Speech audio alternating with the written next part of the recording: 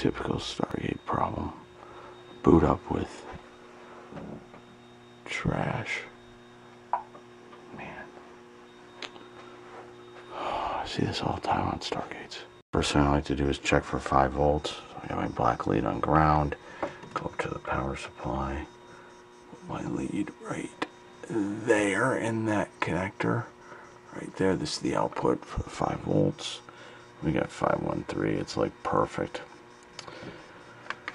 Well, and then there's a little trim adjustment here on the pot. Look, I flipped that just a little bit. And damn, it comes up.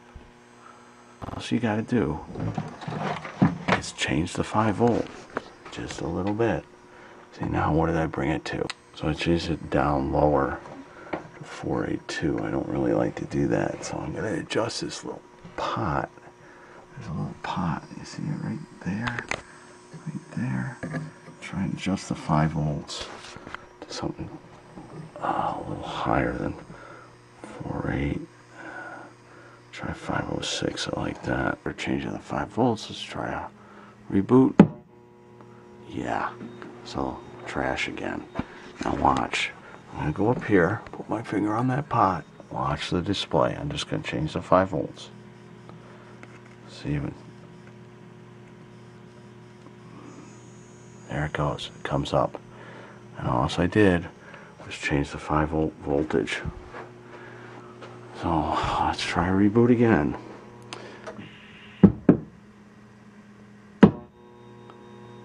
Yeah, it's still doing it. Do this one more time.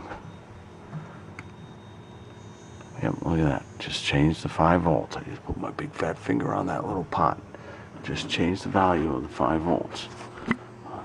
One more time. Let's try another reboot. See, it's going to do it over and over. So this is obviously no fix.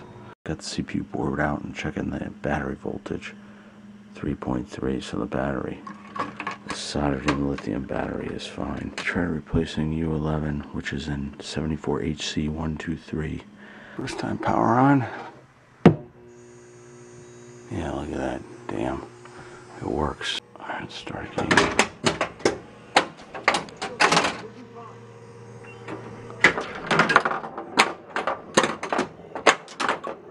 What I've done is I brought the board home. This is my System 3 test fixture. Here's my board. The only thing I've done is socket this chip, but I still have the original in there. And this is a completely different system with different ROMs in it, different everything. And I'm going to turn it on and we're going to see what happens. Same problem. The same freaky high-pitched sound and the thing not working. So this is good.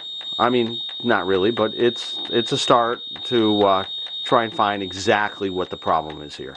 So what I've done here is the only thing I've changed is I put in a new version of the Stargate CPU chip. So the one that was in there originally was version 3. This is version 4. Gottlieb tried to address this problem. And just to to talk about it, this U11, what it is this is a timing chip. So if this or the surrounding capacitors, there's 2 capacitors around it, go out of spec or the chip crashes or whatever, the timing is wrong and you get that boot up error. You get boot up squeal. So now all I've done is change the ROM and we're going to power it on and see what happens. Nothing else has changed. And the game comes up.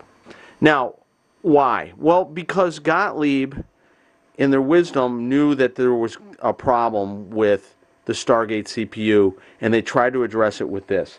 So what I'm going to do is I'm going to put the old ROM back in, and we're going to try and fix the board with the old ROM. So our original EEPROM back in, and I've replaced the U11 chip with a brand new one. It's got to be a 74HC123.